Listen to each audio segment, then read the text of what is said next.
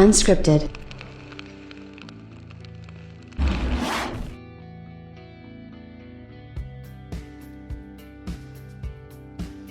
You know, today is certainly an interesting news day to say the least, especially if you're a PlayStation 5 fan, and I have to be the first to be completely honest and say that I don't like this news whatsoever.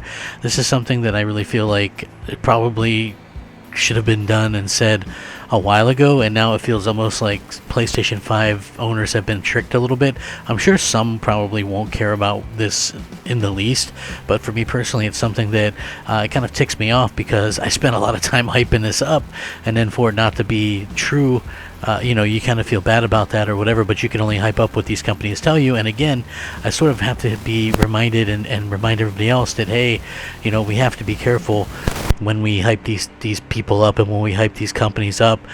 Main reason being is, at the end of the day, guess what? They're people, and people really, businesses, can you really trust businesses? It's like one of those things where not really, right? Like, I don't trust Phil Spencer, I don't trust Jim Ryan. It really does suck that we sort of have this situation that's going on right now, and I do want to kind of get into it and talk about it, but I just want to say that maybe to you it might not be a big deal or whatever, but for me personally, I just feel like we kind of got swerved just a little bit, and at the end of the day, maybe it won't matter to some, but if we do have to go years before this fixes itself, then I feel like that is going to kind of suck, to say the least. So again, this is something that I felt like was kind of a little bit underhanded the way that it was handled, and it's disappointing, but enough of that stuff. Let's just get started, shall we? What's up, everybody? Crapgamer here with Crapgamer Reviews, back with another video. Thank you so much for checking it out. I really do appreciate it. Please like, share, subscribe. I would appreciate that as well. It helps out the channel, and it means a lot to me personally.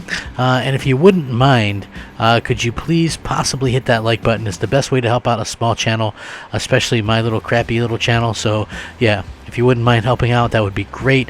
It means a lot to me. It's completely free for you guys to do, by the way. So yeah, feel free to do that. And I appreciate it. So shout out to all the old subscribers, new subscribers, everybody in between.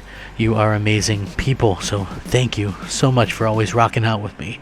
With that being said, what a time to be a gamer, huh? A lot of things good happening, but with the good, kind of comes to bad.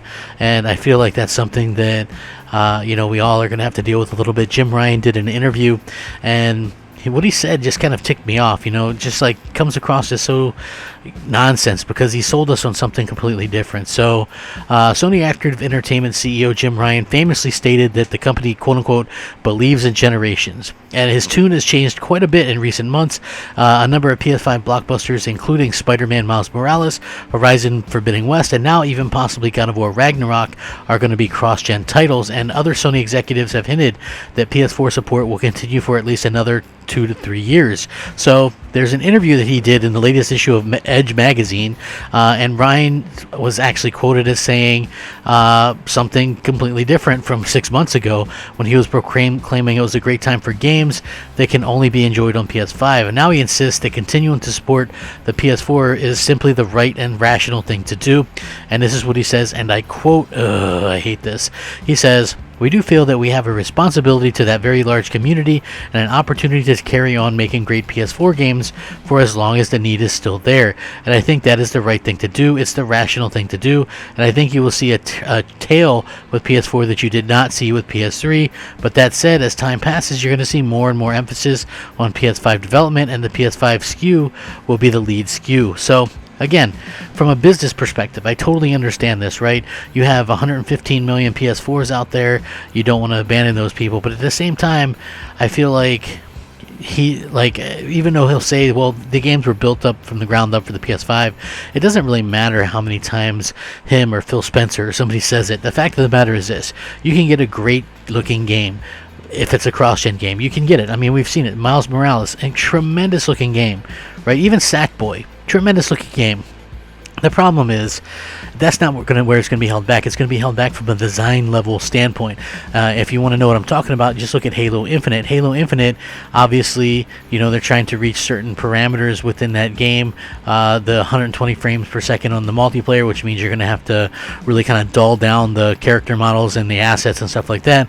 But again, that really kind of affects the graphics on that game. But mostly graphics aren't going to be affected by this. But game In fact, like just the size and the scope and all that kind of stuff, if it's being held back by last gen hardware, think about this.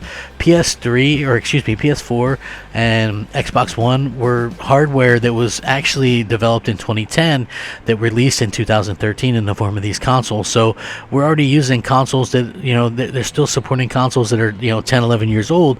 And again, I think it really holds us back what we could get. And I'm not saying that they can't be great games. Look, I'm sure God of War Ragnarok is going to be a great game and probably win Game of the Year next year. But if it releases, by the way.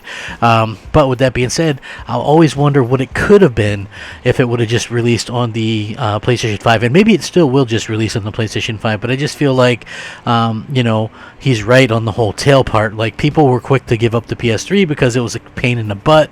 And, people didn't really want the... people didn't really want to kind of put up with the lesser multiplats and all this kind of stuff. Now it's like, I don't understand why people would wait. Like, the PS5 is hard to come by, I understand that, but it's like, you literally have multiplats that are playing best on your console. You've got exclusives. Why not just give people that reason to get your PlayStation 5? I mean, it just doesn't make sense to me that as the head of PlayStation, he's kind of leaning this way. So it is a little bit sort of disappointing, to say the least. Again, this doesn't necessarily mean that there won't be any PS5 exclusives happening, as we already have two big ones in Demon's Souls and, of course, the upcoming Ratchet and Clank Rift Apart. That said, it's hard not to be put off by Jim Ryan's gaslighting.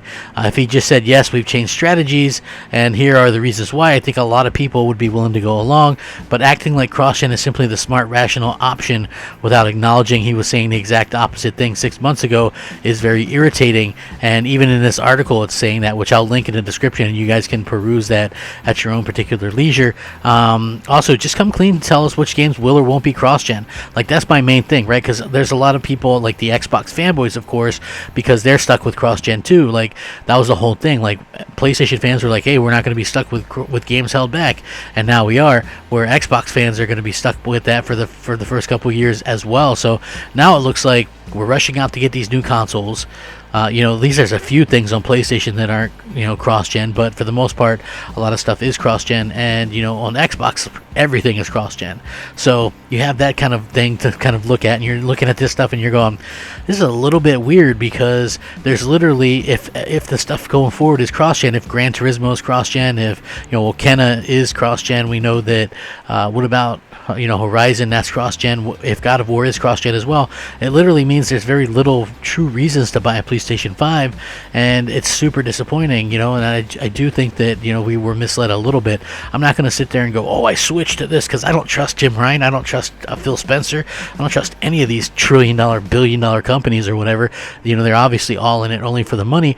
It just makes me upset, because I think I preferred, like, the Sean Layden-led PlayStation more than the Jim Ryan-led PlayStation.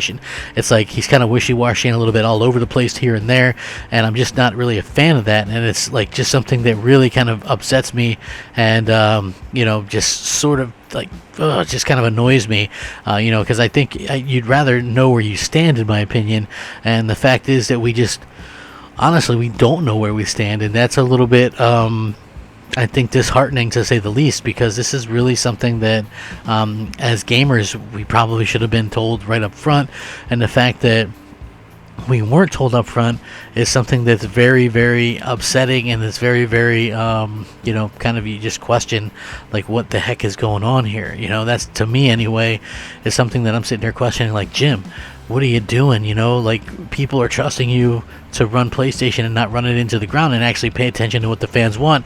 And I know it's about money, but do you not understand, just like what happened with the PS4, if you reach out and you kind of branch out and kind of treat gamers a certain way, then they're going to treat you right back, and you're going to sell a lot of subscriptions, you're going to sell a lot of games, you're going to sell a lot of consoles. But if you start screwing people over, I think that's the point where people are going to start really getting upset, and that's where you're going to start seeing some of this apprehension and this contention and stuff like that. So I do hope that we continue to see some of this upfrontness, but I also think that at the end of the day, us as fans really need to kind of point out that, hey, you guys are kind of screwing up here.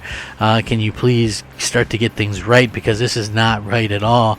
And if you tell fans one thing, you really have to kind of embrace that instead of kind of backtracking on it. Anyway, that's my kind of opinion with this whole situation, but I'm going to link this in the description and you guys can check it out. And you want to hit me up on Twitter at @the_Crapgamer, Xbox Live MOH space Crapgamer, PSN just Crapgamer, and I respond to everybody.